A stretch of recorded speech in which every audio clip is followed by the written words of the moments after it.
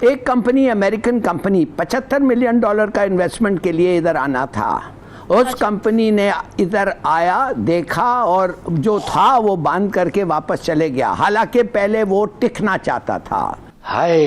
قطر میں فٹ بال ہوا اور اس کے لیے پاکستان نے سروسز پرووائڈ کی, سیکیورٹی بھی پرووائڈ کی اور بھی بہت کچھ کیا.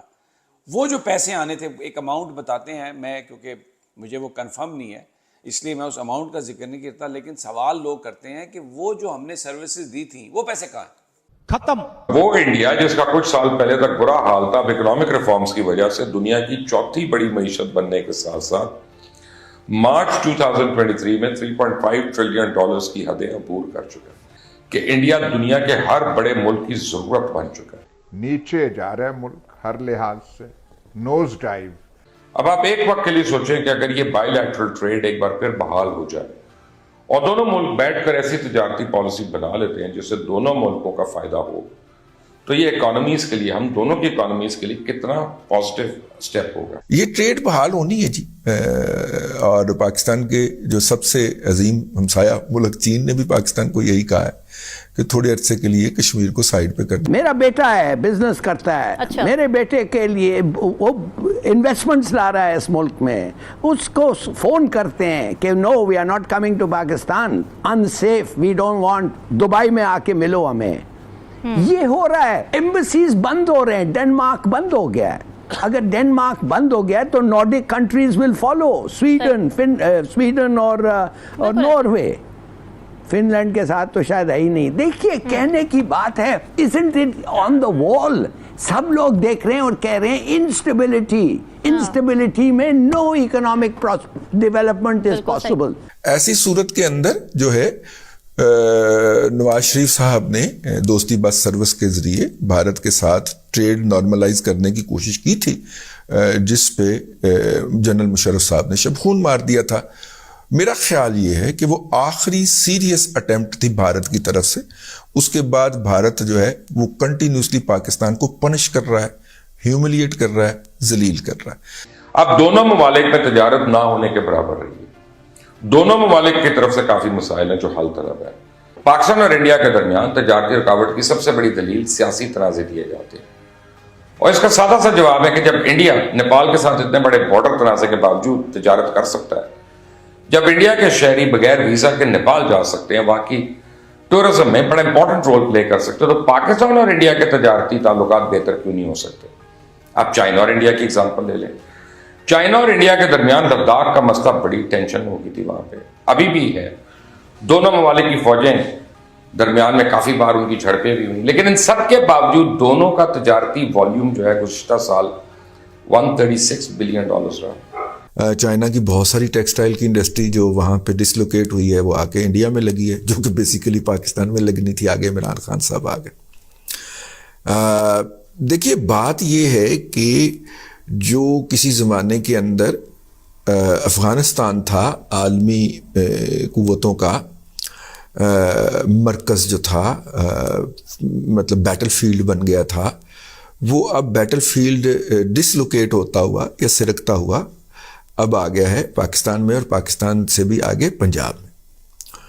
اور یہ غیر معمولی حالات ہیں. پاکستان کے اندر ایک پاپولر نعرہ ہے, اور پاپولر نعرہ کے پیچھے ہماری اسٹیبلشمنٹ ہے, اور اسٹیبلشمنٹ نے ایک پوری 2 نسلیں جوان کی ہیں یہ نعرہ لگوا کے کہ انڈیا کا جو یار ہے غدار ہے, غدار ہے. ایک وقت تو ایسا بھی رہا ہے کہ جب پاکستان اور انڈیا کی تجارت دبئی کے راستے سے ہوتی رہی اور دونوں ملکوں کا کارگو اخراجات کی مد میں بھاری سرمایہ ضائع ہوا. اب یہی تجارت اگر بارڈر کے راستے ہوتی ہے تو دونوں ملکوں کا کتنا فائدہ ہے. پاکستان میں آنے والے حالیہ سیلاب کے نتیجے میں لاکھوں ایکڑ زرعی زمین کا نقصان ہوا. سیلاب کی وجہ سے سبزیوں کی قیمتوں میں 60% تک انکریمنٹ ہوا. اگر یہی سبزیاں ہم انڈیا سے امپورٹ کر لیں یا ویجیٹیبل, تو ایک سروے کے مطابق 90% تک قیمتیں کم ہو سکتی ہیں, یعنی 90% کم ہوں گی. انڈیا کے پاس کپاس کی ایسی قسم ہے جس سے اچھی قسم کا کپڑا بن سکتا ہے. ہم وہ کپاس انڈیا کے بجائے امریکہ اور برازیل سے امپورٹ کرتے ہیں. اگر ہم وہی کپاس یا کاٹن انڈیا سے امپورٹ کریں تو ہمارا آدھے زیادہ کارگو کا خرچہ کم ہو جائے گا, کم قیمت پہ ہمیں وہ کاٹن ملے گی, اور ہماری ٹیکسٹائل انڈسٹری جو آج آزمائش کے دور سے گزر رہی ہے ایک بار پھر وہ کھڑی ہو سکتی ہے. ہم انڈیا میں گاڑیوں کی اتنی کم قیمتیں دیکھ کے حیران ہوتے ہیں نا، کارز کی، آٹوموبائل انڈسٹری. بلکہ میرے ایک دوست ہے راجیو کھنہ، گلف نیوز میں میرے ساتھ ہوتے تھے، انہوں نے کچھ دن پہلے مجھے آٹوموبائل انڈسٹری کا ایک بڑا کمپیرزن کر کے بتایا. اب میں ان کو کیا کہتا، اس کی ایک بڑی وجہ یہ ہے کہ آج ہر قسم کی گاڑی انڈیا میں تیار ہو رہی ہے، مینوفیکچر ہو رہی ہے، گاڑیوں کے پارٹس انڈیا میں مینوفیکچر ہو رہے ہیں، اور ہم دوسرے ملکوں سے مہنگی قیمت پہ امپورٹ کرتے ہیں. اگر ہمیں وہ پارٹس انڈیا سے امپورٹ کر مل جائیں تو وہ ہمیں آدھی سے بھی کم قیمت پہ ملیں گے. یوں نہ صرف گاڑیوں کی قیمتیں کم ہو جائیں گی، بلکہ آٹوموبائل انڈسٹری ہماری جو ہے، جس کے بہت سے یونٹس آج بند پڑے ہیں، وہ ایک بار پھر وائبرنٹ ہو سکتے ہیں. لیکن پھر ایک سوال پیدا ہوتا ہے، ٹھیک ہے، سوال یہ ہے کہ ہم بھارت کو کیا بیچیں گے؟ بھارت کی تو بہت ساری انڈسٹریز گریجویٹ کر گئی نا. اب دیکھیں بہت ساری آؤٹ سورسنگ جو ہے اس وقت پاکستان کے آئی ٹی کے بچوں کو وہ آ رہی ہے انڈیا سے. پھر جناب افغانستان کو انڈیپینڈنٹ کیا انڈیا نے جا کے کہ وہ پاکستان کے لیے کو اپنی جو چیزیں منڈی سمجھتا ہے وہ انڈیا نے سبسڈائز کر کے ایئر لفٹ کیے، اور انہوں نے افغانستان کا بزنس اور ٹریڈ کے حوالے سے پاکستان پہ ریلائنس ختم کر دیا. اشرف غنی نے جاتے ہوئے کہا تھا کہ اور کچھ میں نے کیا ہے یا نہیں کیا ہے، میں نے افغانستان کا پاکستان پہ ریلائنس ختم کر دیا. تو یوں پاکستان جو ہے وہ آئسولیٹڈ ہو کے رہ گیا. اب اس کا ٹریڈ روٹ جو ہے واحد کھلا تھا چائنا کے ساتھ، وہ بھی جناب عمران احمد خان نیازی صاحب نے بند کر دیا. ٹھیک ہے، تو اب چونکہ وہ دو نسلیں جو ہیں وہ انڈیا کا جو یار ہے غدار ہے کر کے جوان ہو گئی ہیں، تو وہ تو مزاحمت ادھر سے آئے گی. ٹھیک ہے، دشمنی اپنی جگہ، چائنا اور بھارت کی بھی دشمنی چل رہی ہے، لیکن ٹریڈ بھی چل رہی ہے.